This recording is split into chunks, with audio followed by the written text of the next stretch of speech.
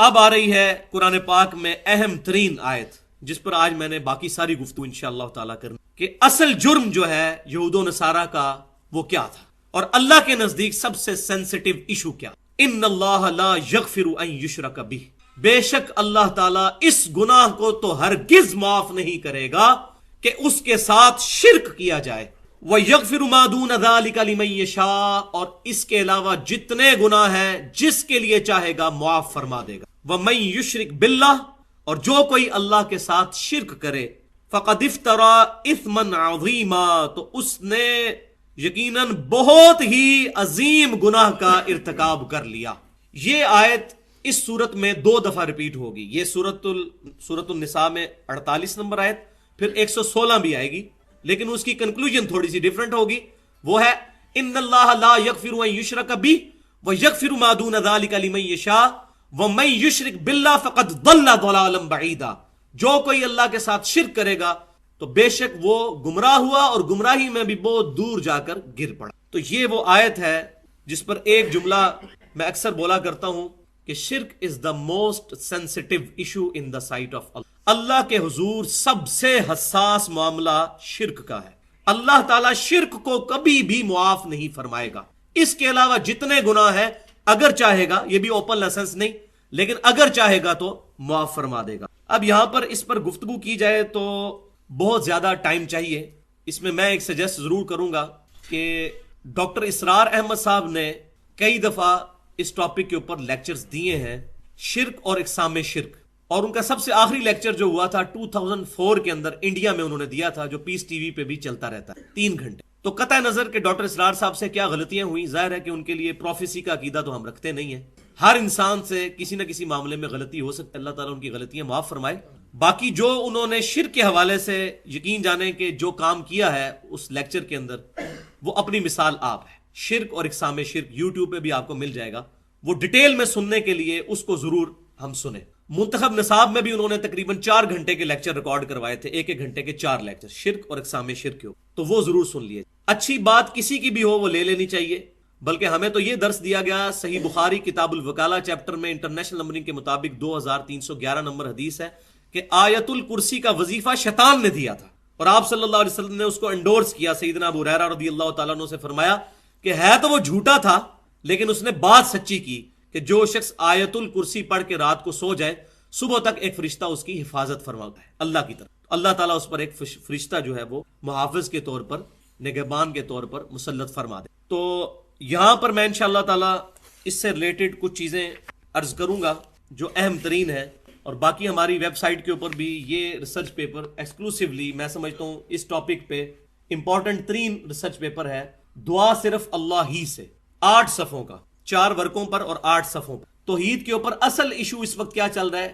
وہ ساری کی ساری چیزیں ڈیٹیل کے ساتھ مخالفین کے دلائل رکھ کر سامنے پازیٹیو انداز میں ایڈریس کی گئی۔ یہ پمفلٹ اکیلے بیٹھ کے نہیں لکھا گیا، جال حق سامنے کھول کے مفتی احمد جہاں نعیمی صاحب کی، جنہوں نے یا علی مدد اور یا شیخ عبد القادر جیلانی مدد کے اوپر دلائل دیے، وہ سارے دلائل سامنے رکھ کر اس کو لکھا گیا ہے کہ کس جگہ سے انہوں نے غلطی کھائی، ان کی تمام چیزیں پوائنٹ آؤٹ کی گئی ہیں۔ دعا صرف اللہ ہی سے۔ تو ہماری جو ویب سائٹ ہے ahlsunnatpak.com، یہ پاک فرقوں سے بھی پاک اور پاک فار پاکستان بھی، ahlsunnatpak.com میں شروع میں ہی جو لیفٹ پر آئیکن ہے ریسرچ پیپرز اور بکس والا، اس کے اندر یہ ہم نے الحمدللہ اپلوڈ بھی کر دیا، دعا صرف اللہ ہی سے۔ تو اگر اس پر ایڈریس کیا جائے تو کم از کم 2 گھنٹے چاہیے، لیکن میں اس میں سے کچھ اہم چیزیں آپ کے سامنے آج پیش کرنا ضروری سمجھتا ہوں تاکہ ہمیں ایشو جو ہے وہ سمجھ آ جائے۔ تو جہاں تک شرک کی سینسٹیوٹی کا تعلق ہے، اس کے حساس ہونے کا تعلق ہے، تو اس پر تو بہت دیر بولا جا سکتا ہے، لیکن میں 1-2 آیات اور 2 احادیث پیش کروں گا۔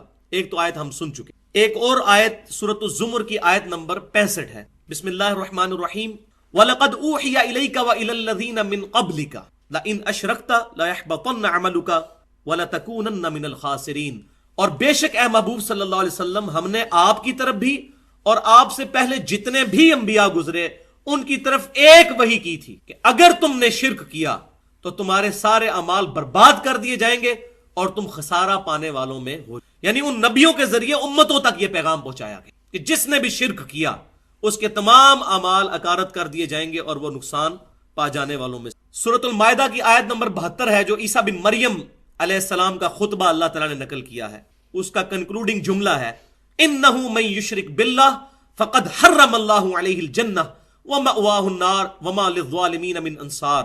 بے شک جو کوئی اللہ کے ساتھ شرک کرے گا تو اللہ تعالیٰ نے ایسے شخص پر جنت حرام کر دی ہے, اس کا ٹھکانہ آگ ہے اور وہاں اس کا کوئی مددگار نہیں ہوگا. حتیٰ کہ صحیح بخاری اور مسلم کی متفق علیہ حدیث ہے, امام کائنات سید الاولین والآخرین شفیع المذنبین رحمت للعالمین سیدنا و مولانا امام اعظم محمد رسول اللہ صلی اللہ علیہ وآلہ وسلم کا ارشاد ہے کہ اللہ تعالیٰ نے ہر نبی کو ایک مقبول دعا دی. ہر نبی نے اپنی دعا اسی دنیا میں کر لی اور میں نے اپنی دعا اپنی امت کے لیے چھپا کر رکھی ہے. اپنی اس دعا کے ذریعے قیامت والے دن میں اپنی امت کی شفاعت کروں گا اور میری شفاعت سے ہر شخص کو فائدہ پہنچے گا سوائے اس شخص کے جس نے اللہ کے ساتھ کسی کی شرک کی. شرک is the most sensitive in the sight of. اور پھر صحیح مسلم کے اندر حدیث موجود ہے, کتاب الدعوات کے اندر, یہ بہت زبردست حدیث ہے, بڑی رکت انگیز ہے. سیدنا ابو ذر غفاری رضی اللہ تعالیٰ سے جامع ترمذی میں بھی موجود ہے کتاب الدعوات میں کہ اللہ تعالیٰ فرماتا ہے کہ اے میرے بندے, اگر تو زمین و آسمان گناہوں کے بھر کے آ جائے قیامت والے دن میری بارگاہ اور تیرے نامہ اعمال میں اگر شرک کا گناہ نہ ہوا تو میں اس قدر مغفرت کے ساتھ تجھ سے ملاقات کروں. اتنی بڑی بشارت ہے شرک سے بچنا. اب یہ نہ سمجھیے کہ شرک سے بچنا صرف یہی ہے کہ اللہ کے علاوہ کسی کے آگے ماتھا نہ ٹیکا جائے. شرک کی پھر آگے باریکیوں میں جائیں تو بہت زیادہ چیزیں ہیں, لیکن وہ شرک جلی جو کبھی معاف نہیں ہونا وہ دو ہی چیزیں ہیں, ایاک نعبد و ایاک نستعین. باقی باریکی چیزیں جو آتی ہیں جو شرک خفی میں ہیں وہ قابل معافی ہیں, لیکن انبیاء کرام ان سے بھی پاک ہوتے ہیں. اسی لیے ابراہیم علیہ السلام کا جب بھی ذکر کیا گیا ان کو جتنی بھی ڈگریاں دی گئی اینڈ پہ کیا فرمایا گیا, ما کان ابراہیم یہودی ولا نصرانی, ما کان ابراہیم یہودی ولا نصرانی. ابراہیم علیہ السلام نہ تو یہودی تھے اور نہ عیسائی تھے, ولیکن کان حنیفا مسلما وما کان من المشرکین, بلکہ وہ سب سے ٹوٹ کر ایک اللہ کے ہو گئے تھے. اور سب سے بڑی خوبی ان کی کیا تھی, وما کان من المشرکین, وہ مشرکین میں سے نہیں تھے. قیامت والے دن سب سے بڑی ڈگری کسی شخص کے لیے ہے کہ اللہ تعالیٰ فرما دے کہ تو نے کسی قسم کا شرک نہیں کیا. قرآن پاک میں تو خواہش نفس کی پیروی کو بھی شرک کہا گیا. افرائیت من اتخذ الہہ ہوا, اے محبوب صلی اللہ علیہ وسلم اس شخص کو دیکھا ہے کہ جس نے اپنی خواہش نفس کو اپنا رب بنا لیا. جو شخص فجر کے وقت اپنی نیند کے پیچھے فجر کی نماز چھوڑ دے تو اس نے اپنی خواہش نفس کو اپنا خدا نہ بنا لیا. یہ بھی شرک ہی ہے قسم. یہ اس درجے کا شرک نہیں ہے کہ جو معاف نہیں ہوگا, ظاہر عقیدے میں تو وہ مسلمان ہی ہے, لیکن باریک سا شرک تو یہ بھی ہے. تو وما کان من المشرکین بہت بڑی ڈگری ہے. ابراہیم علیہ السلام کے بارے میں جب بھی یہ تعریف کی گئی تو آخری جملہ یہ کہا گیا وما کان من المشرکین بل ملت ابراہیم حنیفا وما کان من المشرکین. اے محبوب صلی اللہ علیہ وسلم آپ فرما دیجئے میں تو ابراہیم علیہ السلام کے دین پر ہوں جو سب سے ٹوٹ کر ایک اللہ کے ہو گئے تھے. حنیفہ تھے وہ, یہ امام ابو حنیفہ والا حنیفہ نہیں ہے, وہ ہے کے ساتھ ہے, یہ الف والا ہے, سب سے ٹوٹ کر ایک اللہ کا ہو جانے والا. وما کان من المشرکین, اور وہ مشرکین میں سے نہیں. تو یہ سینسٹیوٹی کے اعتبار سے. اب آ جائیں جو میں بات کر رہا تھا کہ دو چیزیں ہیں, ایاک نعبد و ایاک نستعین. دیکھیں یہ دونوں چیزیں اللہ تعالیٰ نے ایک آیت میں جمع فرمائی. کوئی راکٹ سائنس نہیں ہے, کسی بھی مکتبہ فکر کا ترجمہ کھول کر پڑھ لیں, اس کا سب نے یہی ترجمہ کیا ہے, اے اللہ ہم صرف تیری عبادت کرتے ہیں اور صرف تجھی سے مدد مانگتے ہیں. یہ سب نے یہی ترجمہ, ایاک نعبد و ایاک نستعین. اس کے دو حصے ہیں ایک ہی آیت کے. ایاک نعبد, اے اللہ صرف تیری عبادت کرتے ہیں. تو عبادت کی جتنی شکلیں ہیں وہ خالصتاً اللہ کے لیے ہوں گی. نماز, روزہ, حج, زکوٰۃ, قربانی, نظر و نیاز, یہ تمام کی تمام چیزیں اللہ کے لیے خاص ہوں گی.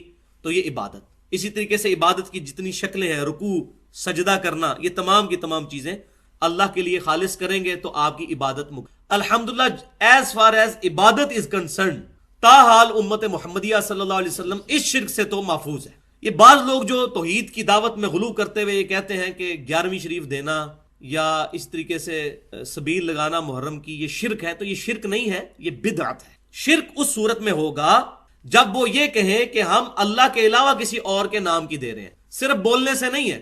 مثال بولنے پہ تو میں کہتا ہوں یہ بال پوائنٹ میرا ہے, لیکن ہے تو اللہ کا نا, تو میری ملکیت اللہ تعالیٰ نے بنایا ہے. اسی طریقے سے اگر کوئی کہتا ہے کہ یہ غوث پاک کے نام کی نیاز ہے, شیخ عبد القادر جیلانی کے نام کی نیاز ہے, تو اس سے یہ پوچھا جائے گا کہ یہ نیاز آپ نے ان کے نام پر دی ہے یا اللہ کے نام پر دی ہے اور ثواب اس کو پہنچانا ہے. تو سارے یہی کہیں گے جی اللہ کے نام کی ثواب ان کو پہنچانا ہے. تو بھائی اس کو شرک کہنا تو ظلم ہے، بلکہ شرک اپنے اوپر لوٹ آئے گا۔ یہی وجہ ہے کہ ہم لوگ دعوت توحید صحیح دینے میں کامیاب نہیں ہو سکے۔ جو چیز اصل مسئلہ نہیں تھی اس کو مسئلہ بنایا، اور وہ پھر کہتے ہیں جناب آپ کے بزرگ بھی یہ لکھ گئے ہیں اور ان کے بزرگ بھی یہ لکھ گئے ہیں، اور وہ تو میں آج اگر پول کھولنا شروع کروں تو نہ بریلوی بچیں گے، نہ دیوبندی اور نہ اہل حدیث، کہ جن کے بزرگوں نے لکھا کہ یہ ختم دلوانا اور یہ فلاں کے سال ثواب کے لیے کرنا جائز ہے۔ داؤد راہ صاحب نے بھی نبی صلی اللہ علیہ وسلم کے وفات کے چیپٹر میں جو کتاب المغازی صحیح بخاری ہے اس میں لکھ دیا کہ یہ نظر و نیاز کرنا جائز ہے، بلکہ انہوں نے تو اتنا بڑا جملہ لکھا کہ اجماع ہے۔ پتہ نہیں کہاں اجماع ہوا ہے، کس بند کمرے کے اندر یہ۔ اب یہ بہت بڑے اہل حدیث عالم ہیں۔ بریلوی دیوبندی تو ویسے ہی قائل ہیں، بریلوی 40واں تیجا نام کر کے کرتے ہیں، اور دیوبندی جو ہے وہ ان سے بچنے کے لیے اس کو دعا کہہ دیتے ہیں۔ کام وہی کر رہے ہوتے ہیں، نام جو مرضی رکھ لیں، کام وہی کر رہے ہوتے ہیں۔ تو بھائیو یہ تمام چیزیں ثابت نہیں ہیں۔ ایک جملہ میں بولوں گا، نبی صلی اللہ علیہ وسلم نے اپنے مبارک ہاتھوں سے اپنی 3 بیٹیاں دفن کی، جوان شادی شدہ۔ کسی ضعیف حدیث سے کوئی ثابت کر دے کہ ان کا تیجا 40واں یا ختم دلوایا ہو یا دعا دلوائی ہو یا برسی کی ہے، ضعیف حدیث سے، صحیح حدیث نہیں مانگ رہے۔ اتنے ہم کانفیڈنٹ ہیں، جس طرح ہم کہتے ہیں کوئی ضعیف سند سے ثابت کر دے کہ صحابہ کرام یہ بغلوں میں بت رکھ کے آتے تھے تو اس لیے رفع دین شروع ہوا تھا، ضعیف حدیث سے ہی کو بتا دے، صحیح حدیث نہیں مانگتے۔ تو یہ اتنے بڑے بڑے جھوٹ پبلک کے اندر عام کیے ہوئے ہیں، اور اس میں پھر میں قصوروار ان مولویوں کو ٹھہراؤں گا کہ جن کی پیٹ اور روزی جو ہے وہ دین کے ساتھ لگی ہوئی ہے، وہ امت کو الجھا کے رکھنا چاہتے ہیں ان چیزوں کے اندر۔ تو ایاک نعبد تو کلیئر ہو گیا، اس کو تو ایڈریس کرنے کی ایز سچ اتنی ضرورت نہیں ہے۔ اصل مسئلہ ہے وہ ایاک نستعین، اور صرف تجھی سے مدد مانگتے ہیں، یہ بھی عبادت ہے۔ عبادت کی اعلیٰ ترین شکل ہے وہ ایاک نستعین، غائب میں مدد تجھ سے مانگتے ہیں، ظاہری اسباب میں نہیں۔ وہ قرآن پاک کی آیات آگے چل کر آ جائیں گے، یہ بات سمجھ لیں۔ قرآن پاک کی ساری آیات کو اکٹھا کر کے جو رزلٹ نکلتا ہے وہ آپٹیمل سولوشن۔ قرآن پاک میں 3 جگہ آیا کہ کوئی شفاعت نہیں ہے، پھر آیت الکرسی میں آ گیا من ذا الذی یشفع عنده الا باذنہ، مگر اللہ کے اذن سے شفاعت ہو سکتی۔ تو اب ساری آیتوں کو جوڑیں گے ہم تو پتہ چلے گا کہ خود کوئی شفاعت نہیں کر سکتا جس کو اللہ اذن دے، لیکن ایاک نستعین میں غائب میں مدد کے لیے پکارنا، اس کے تو اذن کے اوپر آیت کوئی بھی پورے قرآن کے اندر موجود ہے، اس سے ملتی جلتی بھی کوئی آیت موجود۔ یہاں کیٹاگوریکل ڈینائی ہے وہ ایاک نستعین، صرف تیری مدد مانگتے ہیں، اور مدد کون سی؟ غائب میں مدد۔ اپروپریٹ ٹرانسلیشن بنے گی دعا صرف اللہ سے کرتے ہیں، غائب میں مدد کے لیے تجھے پکارتے ہیں۔ اس کو مثال سے سمجھیں، میرے سامنے بھائی بیٹھے ہیں، میں ان کو کہتا ہوں مجھے پانی پلا دیں، تو یہ اسباب ہے۔ قرآن پاک میں ہے وَتَعَاوَنُوا عَلَى الْبِرِّ وَالتَّقْوَى، نیکی اور پرہیزگاری کے کاموں میں ایک دوسرے کی مدد کرو۔ ظاہری اسباب نبی صلی اللہ علیہ وسلم نے بھی صحابہ کرام کو اختیار کیا، عیسیٰ علیہ السلام نے بھی آواز لگائی من انصاری اللہ، کون ہے جو اللہ کے لیے میری مدد کرے؟ تو یہ ظاہری اسباب کے طور پر حواریوں نے کہا نحن انصار اللہ، ہم ہیں اللہ تعالیٰ کے دین کے مددگار، تو یہ ظاہری اسباب کے طور پر۔ لیکن جس بھائی سے یہاں بیٹھے میں پانی مانگ رہا ہوں، یہ بھائی بغداد شریف میں ہو اور وہاں بھی قبر شریف کے اندر دفن ہو، اور میں یہ کہوں کہ بھائی مجھے پانی پلا دیں، وہی بات، وہی جملہ، وہی بندہ شرک ہو جائے گا، کیونکہ غائب میں پکار رہے ہیں۔ تو اپروپریٹ ٹرانسلیشن ایاک نستعین کی کیا بنی؟ دعا صرف اللہ ہی سے، غائب میں مدد کے لیے صرف تجھی کو پکارتے ہیں۔ لہٰذا اس مسئلے میں یہ بات یاد رکھیں کہ خصوصاً ہمارے بریلوی مکتبہ فکر کے جو بھائی ہیں، میں بھی خود 31 سال تک بریلوی رہا، اب میری 34 سال عمر، ان کو یہ بتایا جاتا ہے کہ جو شخص سیدنا علی رضی اللہ تعالیٰ عنہ سے دعا نہیں مانگے گا، یہی بات شیعہ کو بھی بتائی جاتی ہے کہ جو حضرت علی سے دعا نہیں مانگے گا تو اس کو یہ کنسیپٹ دیا جاتا ہے شاید وہ سیدنا علی کا گستاخ ہو جائے گا پھر، یا جو شیخ عبد القادر جیلانی رحمۃ اللہ علیہ سے مدد نہیں مانگے گا یا غوث اعظم دستگیر، تو شاید بزرگوں کا گستاخ ہو جائے گا۔ تو یہ اصل میں بیماری ہے جو ان کو بتائی جاتی ہے، اس کو کوئی نہیں ایڈریس کرتا کہ وہ بےچارے کیوں مدد کے لیے پکار رہے ہیں۔ ان کو بتایا یہ گیا ہے کہ اگر مدد کے لیے نہیں پکارو گے تو ان ہستیوں کے گستاخ بن جاؤ گے۔ واللہ چھوٹی سی بات اگر ان سے کر دیں تو ان کو یہ بات سمجھ آ جائے گی، کوئی مشکل کام نہیں ہے، لیکن اس کے لیے پھر فرقوں سے نکلنا پڑے گا۔ فرقوں میں آئیں گے پھر تو آپ مسلک بچائیں گے، دین نہیں بچے گا، سیدھی سی بات۔ وہ کیا ہے؟ ان کو صرف یہ بات پوچھ لیں ساروں سے، جو لوگ بھی اس قسم کے کام کر رہے ہیں، بریلوی ہوں، دیوبندی ہوں، اہل حدیث ہوں، شیعہ ہوں، کوئی بھی ہو، اس سے صرف یہ بات پوچھئے کیا اللہ کے علاوہ کسی کی عبادت ہو سکتی ہے؟ مجھے بتائیں کوئی بھی مسلمان اس روئے ارض پہ کسی بھی مکتبہ فکر کا یہ بات کہنے کے لیے تیار ہے کہ اللہ کے علاوہ کسی کی عبادت ہو سکتی ہے؟ کوئی نہیں، کوئی بھی نہیں کہے۔ تو اس کو کہیں کہ بھائی دعا بھی عبادت کی ایک قسم ہے، اور آپ کو یہ بات پتہ ہے کہ یہ اعلیٰ ترین قسم ہے عبادت کی، وہ آگے میں دلائل بھی قرآن پاک سے اور حدیث سے دوں گا۔ تو دعا ہے عبادت، عبادت اللہ کے علاوہ کسی کی ہو نہیں سکتی۔ تو اب یہ بتاؤ کہ سیدنا علی سے دعا کرنا جائز ہے؟ واللہ کتنے لوگوں کو بتایا، انہوں نے کہا جی نہیں واقعی یہ نہ جائز۔ مسئلہ تو ان کو بتایا جائے کہ اصل مسئلہ اٹکا کہاں پہ ہوا ہے ان کا۔ وہ اس کو گستاخی سمجھ رہے ہیں. اور پھر ان کو مثال کے طور پر وہ سنن ابن ماجہ کی حدیث بتائیں. نبی صلی اللہ علیہ وسلم کو ایک صحابی نے آ کے سجدہ کیا. آپ صلی اللہ علیہ وسلم نے فرمایا کتاب النکاح چیپٹر میں, اپنا سر اٹھاؤ, اگر میں سجدے کو جائز سمجھتا تو بیویوں سے کہتا کہ اپنے خاوندوں کو سجدہ کریں اس حق کے سبب جو اللہ تعالیٰ نے ان کو دیا ہے, خاوندوں کو اپنی بیویوں کو. تو آپ صلی اللہ علیہ وسلم نے سجدے سے روک دیا. آپ صلی اللہ علیہ وسلم نے معاذ اللہ استغفر اللہ اپنی گستاخی کروائی. اس صحابی نے تو حضور کی عزت کے لیے آپ صلی اللہ علیہ وسلم کو سجدہ کیا تھا. تو اگر یہ گستاخی والا فارمولہ مان دیا جائے تو حضور نے خود اپنی گستاخی کروائی, منع کر دیا.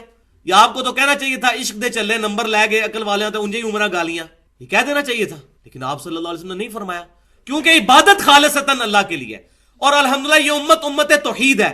بریلوی ہو, دیوبندی ہو, اہل حدیث ہو, شیعہ ہو, سب کو یہ بات پتا ہے کہ عبادت اللہ کے علاوہ کسی کی نہیں ہو سکتی. سیدھی سی بات ہے. یہ بہت بڑا ایسٹ ہے ہماری امت کے پاس, یہ سب کو کلیئر ہے الحمدللہ. ہم بتا نہیں سک رہے کہ مسئلہ اصل میں کیا ہے, کہ دعا بھی عبادت ہے, اللہ کے علاوہ کسی اور کی نہیں ہو سکتی. تو اس طریقے سے بات سمجھائی جائے تو بات سمجھ آ جائے گی. اب 3 پوائنٹ اس میں سمجھ لیں جس کے اوپر ساری کی ساری گمراہی کھڑی ہے. پہلی بات یہ کہ وہ یہ پوچھتے ہیں, جو لوگ غیر اللہ کو مدد کے لیے پکارتے ہیں, تو وہ یہ کہتے ہیں کہ کیا آپ اس لیے غیر اللہ کو پکارنے کو منع کرتے ہیں مدد کے لیے کہ غیر اللہ کو پکارنا شرک ہے غائب میں؟ تو اس کا جواب ہے نہیں, غیر اللہ کو غائب میں پکارنا شرک نہیں ہے, یہ جھگڑا ہی نہیں ہے. ہم پکارتے ہیں. صحیح بخاری اور مسلم کی متفق علیہ حدیث ہے, آپ صلی اللہ علیہ وسلم نے تشہد اس طرح تعلیم فرمایا صحابہ کرام کو جس طرح قرآن. یہ جو مشہور ہے یہ شب معراج کی اللہ اور رسول کی گفتگو ہے, یہ جھوٹ ہے. یہ جلال الدین سیوطی صاحب نے پتہ نہیں کہیں سے نقل کیا ہے, دنیا کی کسی حدیث کی کتاب میں یہ نہیں ہے. یہ دعا آپ صلی اللہ علیہ وسلم نے خود سکھائی ہے, التحیات للہ والصلوات والطیبات. اس میں کیا آتا ہے, السلام علیکہ ایھا النبی, اے نبی صلی اللہ علیہ وسلم آپ پر سلام ہو. آپ کو غائب میں پکارا جا رہا ہے, مدد کے لیے نہیں, صرف پکارا جا رہا ہے. یہ شرک نہیں ہے. اور اس حدیث میں آگے ہی موجود ہے کہ جب تم یہ سلام پڑھو گے اللہ تعالیٰ تمہارا سلام پہنچا دے گا. غائب میں پکارنا جھگڑا نہیں ہے. پھر دوسری بات, وہ کہتے ہیں کہ جی کیا آپ اس لیے غیر اللہ کو پکارنے کو شرک کہتے ہیں کہ دور سے سن نہیں سکتا اللہ کے علاوہ کوئی اور؟ جس کو نیند آ رہی ہے نا کھڑا ہو جائے, اس سے پہلے کہ میں درس بند کر. اتنا بڑا ایشو میں ایڈریس کر رہا ہوں, اور یہ میں بہت بڑا جملہ بولنے لگوں, اس کو کسی نے بھی اس طریقے سے ایڈریس نہیں کیا. اٹھا کے دیکھ لیں سارے توحید والوں کے لیکچر, ان کو مسئلہ ہی نہیں پتا کہ اس وقت کیا ہے. یہ مسئلہ وہ بتائے گا جو اس گمراہی سے نکل کر آئے. تو وہ یہ پوچھیں گے کیا آپ اس لیے اس کو شرک کہتے ہیں کہ دور سے کوئی سن نہیں سکتا؟ نہیں, یہ وجہ بھی نہیں ہے. قرآن پاک میں موجود ہے سیدنا سلیمان علیہ السلام نے بہت دور سے چیونٹیوں کے آپس میں گفتگو کی آواز سن لی تھی. اللہ تعالیٰ چاہے تو سنا سکتا ہے, یہ مسئلہ ہی نہیں ہے. پھر تیسری بات وہ کریں گے کہ کیا آپ اس لیے اس کو شرک کہہ رہے ہیں کہ اللہ تعالیٰ کسی کو اذن نہیں دے سکتا مدد کا؟ تو اس کا بھی جواب ہے نہیں, یہ بھی وجہ نہیں. اب آپ پریشان ہوں گے پھر وجہ کیا ہے؟ یہ بھی وجہ نہیں ہے. اللہ تعالیٰ چاہے تو اذن دے سکتا ہے. سیدنا میکائیل علیہ السلام کی ڈیوٹی نہیں ہے بارش برسانے کی, جبرائیل علیہ السلام کی ڈیوٹی نہیں تھی وہی لانے کی, فرشتوں کی ڈیوٹیاں نہیں لگی ہوئی ہیں. صحیح بخاری میں حدیث نہیں کہ جو آیت الکرسی پڑھتا ہے اللہ تعالیٰ ایک فرشتہ اس کے اوپر محافظ کے طور پر مقرر فرما دیتا ہے. تو اذن دیا ہوا نا حفاظت کرنے کا, تبھی حفاظت کرتا ہے نا. ان کھٹو سا فرشتہ تو نہیں کوئی ہوتا, اس کے پاس اختیار بھی تو ہوتا ہے نا اللہ کے اذن سے. یہ بھی جھگڑا نہیں ہے. تو جھگڑا کیا ہے؟ صرف ایک, غائب میں مدد کے لیے پکار. غائب میں پکارنا شرک نہیں ہے, بلکہ قرآن و حدیث سے ثابت ہے. جہاں جہاں ثابت ہے وہاں تو سنت ہوگی, جہاں ثابت نہیں بدعت کہیں گے, شرک نہیں ہوگا. دور سے سننے والا بھی ایشو نہیں ہے, اللہ تعالیٰ چاہے تو سنا سکتا ہے. اسی طریقے سے وہ بھی جہاں جہاں ثابت ہے, جیسے بخاری مسلم کی متفق علیہ حدیث ہے جب مردے کو دفنا کے جاتے ہیں تو وہ جانے والوں کے قدموں کی آواز بھی سنتا ہے. اللہ مردے کو بھی سنا سکتا ہے. تیسرا, اذن والا چکر بھی نہیں, فرشتوں کی اللہ تعالیٰ نے ڈیوٹیاں لگائی ہوئی ہیں. مسئلہ یہ ہے کہ فرشتوں کو پکار نہیں سکتے.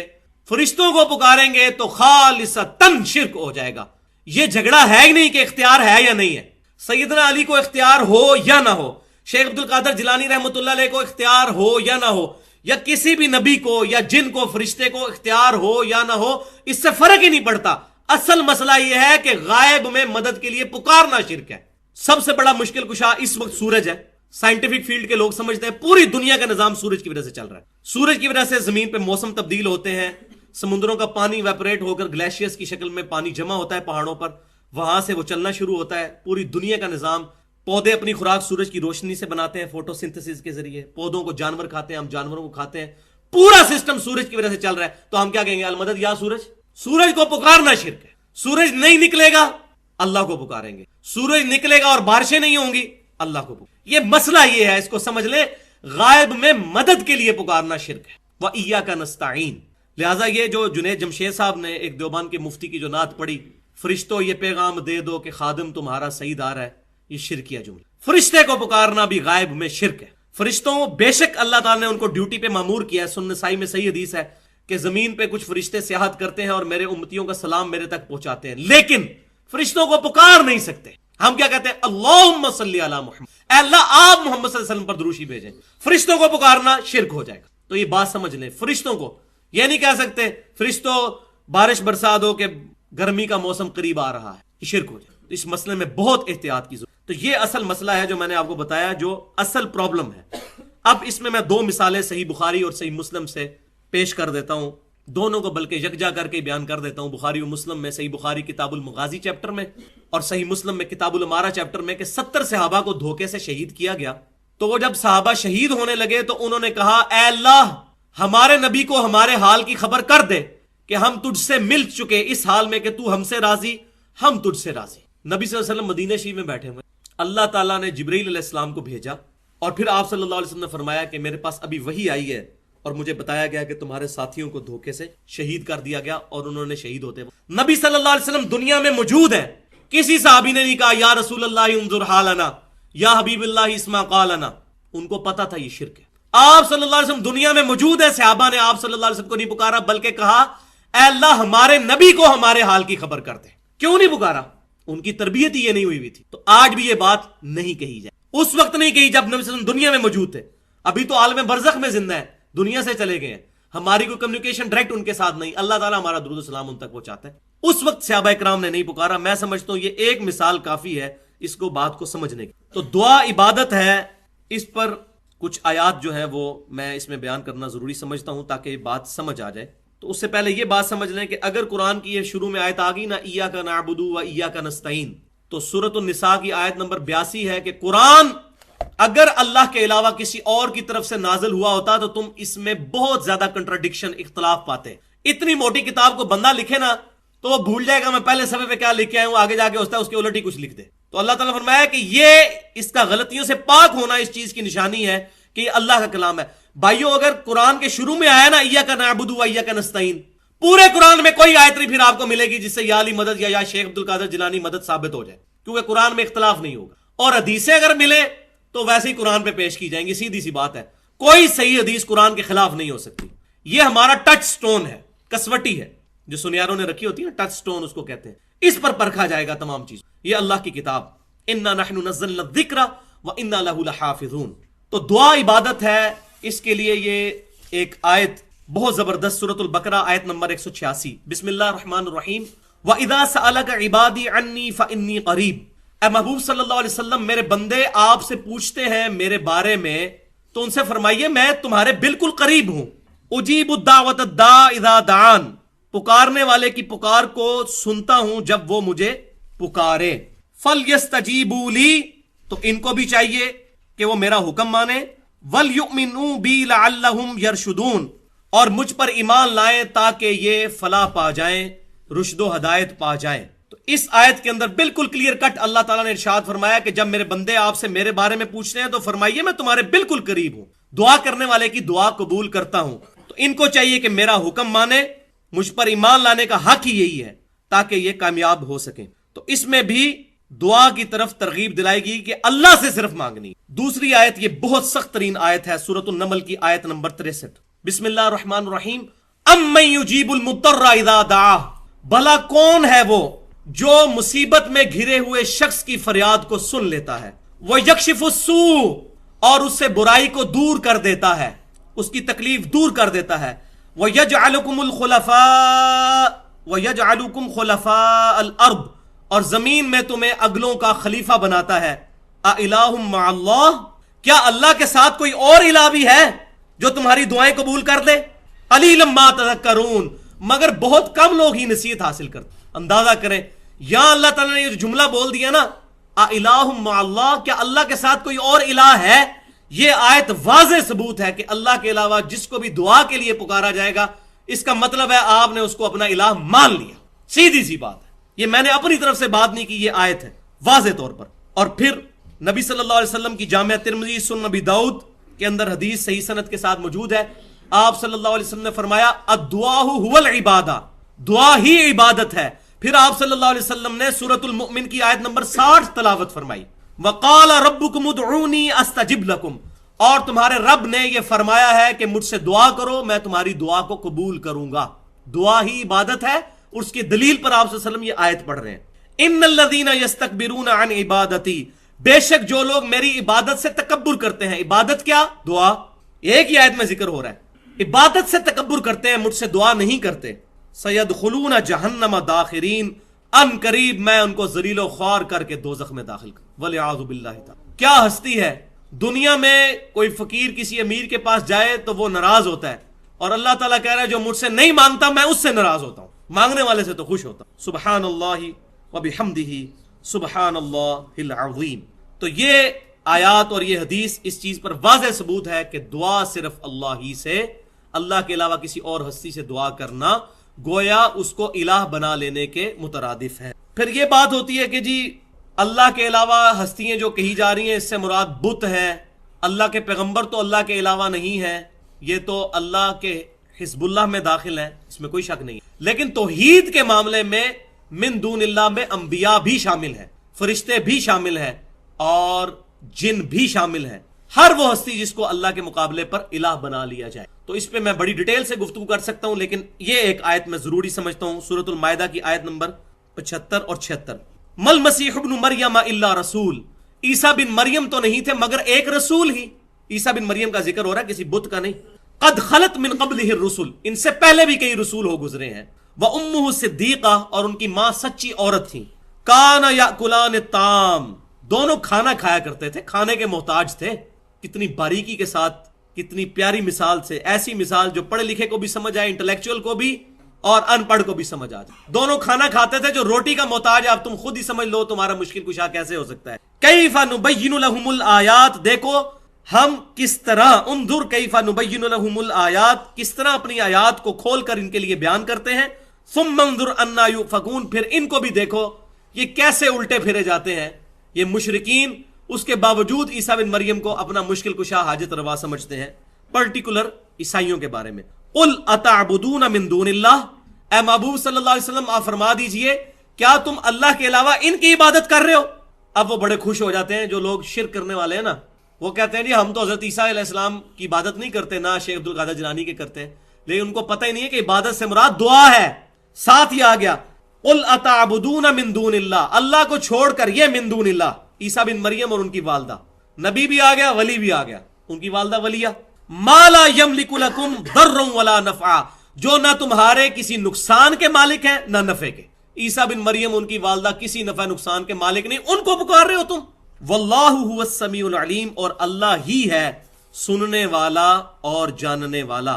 یعنی یہ دو کوالٹیز چاہیے کسی بھی شخص کے لیے، کسی بھی ہستی کے لیے، کہ وہ کسی کی مصیبت دور کر سکے، اور وہ کیا کوالٹیز ہے کہ سننے والا ہر چیز کا اور اس کا علم رکھنے والا ہر وقت، یہ صرف اللہ تعالیٰ کے ساتھ خاص ہے۔ اس کے اندر یہ بالکل کلیئر کٹ اللہ تبارک و تعالیٰ نے ارشاد فرما دیا۔ تو یہ میں اس گفتگو کو یہیں پر فی الحال چھوڑتا ہوں، انشاءاللہ اگلی دفعہ باقی پورشن اس کا ضرور ایڈریس کروں گا اسی آیت کے کانٹیکسٹ میں۔ ان اللہ لا یغفر ان یشرک بہ ویغفر ما دون ذلک لمن یشاء، بے شک اللہ تعالیٰ اس گناہ کو کبھی معاف نہیں کرے گا کہ اللہ کے ساتھ کسی قسم کا شرک کیا، اس کے علاوہ جتنے گناہ ہیں معاف کر دے گا جس کے لیے چاہے گا۔ وَمَن يُشْرِكْ بِاللَّهِ فَقَدْ ضَلَّ ضَلَالًا بَعِيدًا، جو کوئی بھی اللہ کے ساتھ شرک کرے گا وہ گمراہ ہو گیا اور گمراہی میں بھی دور جا کر گر پڑا۔ تو اس میں ابھی کافی شبہات رہتے ہیں، وہ اگلی دفعہ انشاءاللہ تعالی میں ایڈریس کروں گا۔ ابھی پہلا پورشن اس کا مکمل ہوا ہے کہ دعا عبادت ہے، اگلا پورشن ہوگا 4 بڑے بڑے شبہات، اشکالات، جس کو بنیاد بنا کر لوگوں کو کہا جاتا ہے کہ غیر اللہ کو پکارنا دیکھو ان آیتوں سے ثابت ہوتا ہے، تو وہ انشاءاللہ میں ایڈریس کروں گا۔ اور اس کے بعد تیسرا اور آخری اس میں کنکلوڈنگ پورشن ہوگا، وہ ہے کہ کیا کلمہ گو مسلمان بھی شرک کر سکتا ہے؟ کیونکہ یہ بڑا راگ لاپا جاتا ہے کہ جو ایک دفعہ کلمہ پڑھ لے پھر وہ مشرک ہو ہی نہیں سکتا، جو مرضی کر لے، تو یہ بہت بڑا ظلم ہے۔ تو وہ ہم احادیث سے، قرآن پاک کی آیات سے بالکل واضح بتائیں گے کہ ہاں کلمہ گو بھی شرک کر سکتا ہے۔ باقیوں کو تو چھوڑ دیں، صحابہ اکرام علیہم رضوان میں سے کتنے لوگ تھے جن پر آج ہم صحابی کا لفظ نہیں بولتے، جو نبی صلی اللہ علیہ وسلم کی وفات کے بعد مرتد ہو گئے، کوئی منکرین زکات بن کر، کچھ مسلمہ کذاب کو نبی مان کر، تو ایسا بھی ہوا ہے۔ آپ صلی اللہ علیہ وسلم کی مبارک زندگی میں بخاری مسلم کی حدیث ہے، متفق علیہ حدیث، آپ کا کاتب وہی تھا جو وہی آپ کے لیے لکھا کرتا تھا، وہ مرتد ہو گیا تھا، عیسائی ہو گیا تھا، جب مر گیا زمین میں دفناتے تھے، زمین اس کو قبول ہی نہیں کرتی۔ اور بھائی نبی دنیا میں موجود ہے تو مشرک ہو رہے ہیں، تو یہ کون کہتا ہے کہ مشرک نہیں ہو سکتا کوئی؟ ہوئے ہیں۔ تو وہ انشاءاللہ میں ڈیٹیل سے اگلی دفعہ مزید، میرا خیال ہے آدھا گھنٹہ اس ٹاپک کے اوپر لگے گا، میں چاہ رہا ہوں یہ پرٹیکولر ہمارا تمام چیزیں ریکارڈنگ میں آ جائیں۔ سبحانک اللہم و بحمدک، اشہد ان لا الہ الا انت، استغفرک و اتوب الیک۔ جو حق بات میں نے کی ہمارے دلوں میں راسخ فرمائے، اگر کوئی غلط بات منہ سے نکلی تو ہمارے دلوں سے محو کر دے، وما علینا الا البلاغ۔ تو آج حصہ نمبر 2 پر پہلے گفتگو کریں گے، جو میں نے بتایا تھا کہ 4 بڑے بڑے شبہات ہیں جس کی بنیاد پر وہ لوگ جو کہ اللہ کے علاوہ اور ہستیوں کو غائب میں مدد کے لیے پکارتے ہیں، وہ ان چیزوں کو سہارے کے طور پر استعمال کرتے ہیں۔ ان کو 4 بڑے اشکالات کہہ لیں، ایمبیگوٹیز کہہ لیں، یا شبہات کہہ دیں۔ بہرحال اللہ تبارک و تعالیٰ نے قرآن پاک کی تعلیمات اس قدر واضح کی ہیں کہ اس کتاب کے اندر نہ تو باطل آگے سے داخل ہو سکتا ہے، نہ پیچھے سے داخل ہو سکتا ہے، نہ دائیں سے نہ بائیں سے۔ جو کتنی مرضی کوشش کر لے بے ایمانی کرنے کی، لیکن اللہ تبارک و تعالیٰ نے اس کتاب کی حفاظت کا ذمہ اپنے اوپر لیا ہے۔ کمپیریٹیو اسٹڈی بہت ضروری ہے۔ اگر ایک قادیانی پوری زندگی صرف قادیانیوں کی باتیں سنتا رہے گا، اس کو کبھی بھی ختم نبوت سمجھ نہیں ہے۔ اسی طریقے سے اگر کوئی شیعہ صرف اپنی بات سنتا رہے گا، اس کو کبھی بھی اہل سنت کا موقف سمجھ نہیں آئے گا۔ اور اسی طریقے سے اہل سنت صرف اپنے ہی علماء کی باتیں سنیں گے، ان کو کبھی بھی شیعہ کے سٹانس کے بارے میں سمجھ نہیں۔ تو کمپیریٹیو اسٹڈی کرنے کے لیے تمام علماء سے ان کی رائے کتاب و سنت کے مطابق پوچھنی، اور پھر حق تک پہنچنے کے لیے اللہ کے حضور دعا کرنا یہ ضروری ہے۔ تو وہ 4 بڑے شبہات، اشکالات کیا ہیں، اس کو ایڈریس کریں گے، اور پھر اس کا آخری حصہ، تیسرا اور آخری حصہ، کہ کیا کلمہ گو مسلمان بھی شرک کر سکتا ہے کہ نہیں، کیونکہ آج بہت زیادہ یہ راگ الاپا جا رہا ہے، اور بڑے بڑے علماء جو ہیں وہ بڑی بڑی توحید کانفرنسیں کر کے لوگوں کو یہ بتا رہے ہیں کہ شرک تو 1400 سال پہلے ختم ہو چکے ہیں، لہٰذا اب کوئی پریشانی اور ٹینشن کی ضرورت نہیں ہے۔ تو انشاءاللہ اس کو بھی آج ایڈریس کیا جائے گا۔ تو پہلے حصہ نمبر 2 جو ہے 4 بڑے اشکالات وہ کیا ہیں، اس کو میں انشاءاللہ ایڈریس کرتا ہوں۔ تو اس میں اشکال نمبر 1 یہ ہے کہ نیک اعمال جو ہیں یہ اللہ تعالیٰ کی مدد کا ذریعہ ہے۔ اس پر قرآن پاک سے آیات پیش کی جاتی ہیں، اور پھر کہا جاتا ہے کہ نیک اعمال بھی چونکہ غیر اللہ ہیں، لہٰذا غیر اللہ سے مدد مانگنا جائز ٹھہرا۔ حالانکہ قرآن پاک کا جو ادنا سا بھی اسٹوڈنٹ ہے میری طرح کا، اگر ان آیات کو پڑھ لے تو اس کو خود بخود کنسیپٹ کلیئر ہو جائے گا کہ یہ آیات کس کانٹیکسٹ کے اندر ہے۔ اس میں جو سب سے مشہور آیت پیش کی جاتی ہے سورۃ البقرہ کی آیت نمبر 153، بسم اللہ الرحمن الرحیم، یا ایھا الذین آمنوا استعینوا بالصبر والصلاۃ، اے ایمان والو مدد چاہو نماز اور صبر کے ذریعے۔ لیکن یہ پوری آیت اگر پڑھ لی جائے تو چور دروازہ خود ہی بند ہو جائے گا۔ ان اللہ مع الصابرین، بے شک اللہ تعالیٰ ساتھ ہے صبر کرنے والوں کے۔ کیا مطلب؟ جو شخص صبر کرتا ہے اللہ تعالیٰ کی مدد اس کی شامل حال ہوتی ہے۔ وَاسْتَعِینُوا بِالصَّبْرِ وَالصَّلَاةِ کا یہ مطلب نہیں ہے کہ نماز اور صبر کو مدد کے لیے پکارا جائے، اس کا مطلب ہے نماز اور صبر کے ذریعے ان اعمال کو وسیلہ بنا کر اللہ کے حضور دعا کی جائے۔ اگر یہ غیر اللہ سے مدد مانگنا ہو تو پھر یہ کہنا جائز ہوا، المدد یا صبر، المدد یا نماز، یہ کوئی بے وقوف بھی نہیں کہتا۔ پھر ان آیات کو یا علی مدد اور یا شیخ عبد القادر جیلانی مدد کے طور پر پیش کرنا، اس سے بڑی کوئی بے وقوف۔ تو قرآن پاک اپنی حفاظت خود کرتا ہے۔ اے ایمان والو نماز اور صبر کے ذریعے اللہ کی مدد چاہو، ان اللہ مع الصابرین، بے شک اللہ تعالیٰ کی مدد ساتھ ہے صبر کرنے والوں کے۔ اسی طریقے سے ایک مشہور حدیث پیش کی جاتی ہے صحیح مسلم میں کہ سیدنا ربیعہ بن کعب رضی اللہ تعالیٰ عنہ جو نبی صلی اللہ علیہ وسلم کو وضو کروایا کرتے تھے، آپ صلی اللہ علیہ وسلم نے ایک دن ان پر شفقت فرمائی اور فرمایا کہ ربیعہ مانگ، کیا مانگتا ہے؟ تو انہوں نے کہا یا رسول اللہ صلی اللہ علیہ وسلم میں آپ سے جنت میں آپ کا پڑوس مانگتا ہوں۔ تو آپ صلی اللہ علیہ وسلم نے فرمایا کہ اس کے علاوہ بھی کچھ اور مانگنا چاہتا ہے تو مانگ۔ تو انہوں نے کہا یا رسول اللہ صلی اللہ علیہ وسلم مجھے جنت میں آپ کا پڑوس مل جائے، اس سے بڑھ کر مجھے کسی اور دولت کی ضرورت نہیں، الحمدللہ۔ تو آپ صلی اللہ علیہ وسلم نے پھر ارشاد فرمایا پھر سجدوں کے ذریعے میری مدد کر، یعنی میری دعا تیرے لیے شامل حال ہوگی لیکن نیک اعمال کے ذریعے، سجدوں کے ذریعے میری مدد کر۔ اور ساتھ ہی اس کے صحیح مسلم میں امام مسلم رحمۃ اللہ علیہ وہ حدیث لے کر آئے ہیں کہ ایک صحابی نے نبی صلی اللہ علیہ وسلم سے پوچھا کہ بتائیے کہ مجھے کوئی ایسا کام بتا دیجئے جو مجھے اللہ تبارک و تعالیٰ کی جنت میں لے جائے۔ 3 دفعہ پوچھنے پر آپ صلی اللہ علیہ وسلم نے ایک ہی جواب ارشاد فرمایا، تم سجدے بہت زیادہ کیا کرو، ہر سجدہ اللہ کے حضور تیرا ایک درجہ بلند کر دے۔ اور تیرا ایک گناہ معاف کر. اب ان دونوں حدیثوں کو جوڑ لیں, اوپر تلے حدیثیں ہیں صحیح مسلم کہ نیک اعمال جنت میں پہنچنے کا ذریعہ ہے. اس کو اس کانٹیکسٹ میں پیش کرنا کہ نبی صلی اللہ علیہ وسلم سے انہوں نے جنت مانگی اور آپ صلی اللہ علیہ وسلم نے عطا فرما دی, یہ بالکل بے وقوفی ہے. اور ویسے بھی یہ غائب میں پکارنا تو ہے نہیں, انہوں نے نبی صلی اللہ علیہ وسلم سامنے موجود تھے, ان سے ریکویسٹ کی.